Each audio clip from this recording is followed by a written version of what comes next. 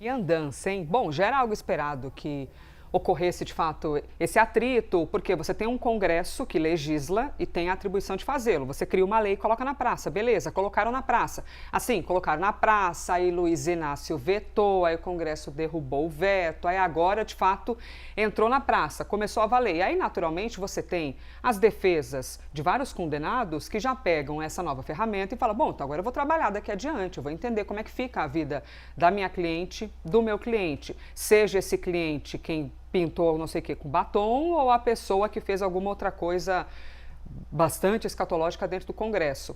E aí um embate, Clarissa, porque aí você tem um governo federal com uma visão de um presidente que vetou, um Congresso Nacional com a visão de uma maioria que aprovou e um Supremo Tribunal no meio do caminho. O que você está sabendo sobre isso? Bom dia para você, Elisa. Bom dia para o Theo, para a Isabel, para todo mundo que está com a gente aqui hoje. Eu na minha volta das férias. Voltando, depois de descansar, coisa boa. Depois de 2 semaninhas aí. Elisa, trago aqui, antes de tudo, para a gente analisar o pano de fundo dessa votação que vai acontecer no Supremo Tribunal Federal. É claro que a gente sabe, por várias conversas com integrantes do Supremo Tribunal Federal e também pessoas próximas aos magistrados, que existe uma ala expressiva dentro do tribunal que concorda com a visão crítica, digamos assim, de Alexandre de Moraes em relação à lei da dosimetria.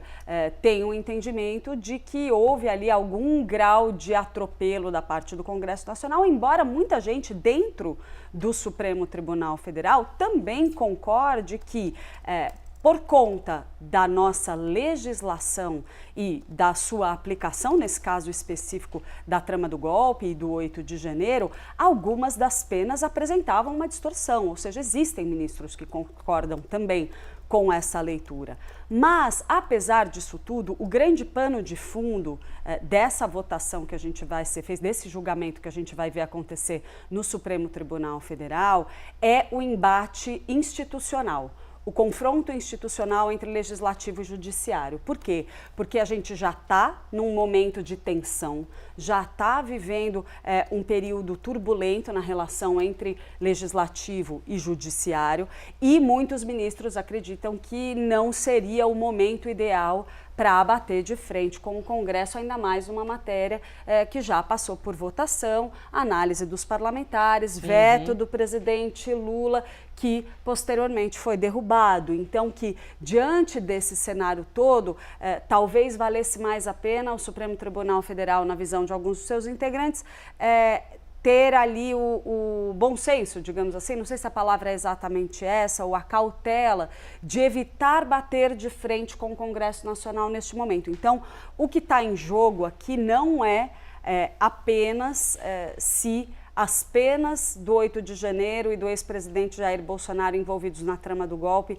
devem ou não ser reduzidas, se esse projeto, essa votação dessa lei lá no Congresso Nacional foi ou não foi constitucional. Mais do que isso, a gente tem também um debate de ordem política acontecendo nos bastidores, que é se o Supremo Tribunal, no atual momento, lembrando, um Supremo que está vivendo também o seu momento de desgaste com o Banco Master e assim por diante, se esse é o momento de comprar mais uma briga com o Legislativo.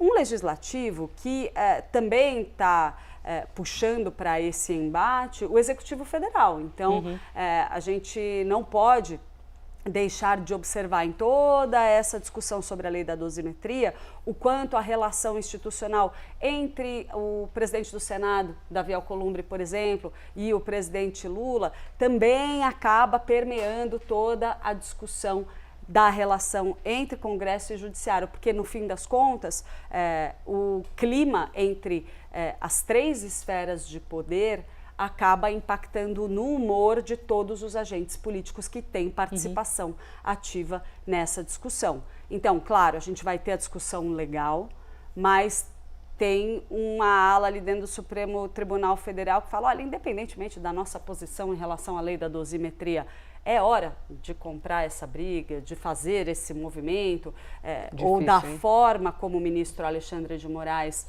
fez. a ver. Vamos ver como vai evoluir, então, a articulação ali, mas a expectativa, como a Isabel pontuou aí, e o Theo com certeza também deve falar sobre esse assunto com a gente, é de agilidade, de rapidez, para que isso não vire mais uma crise institucional.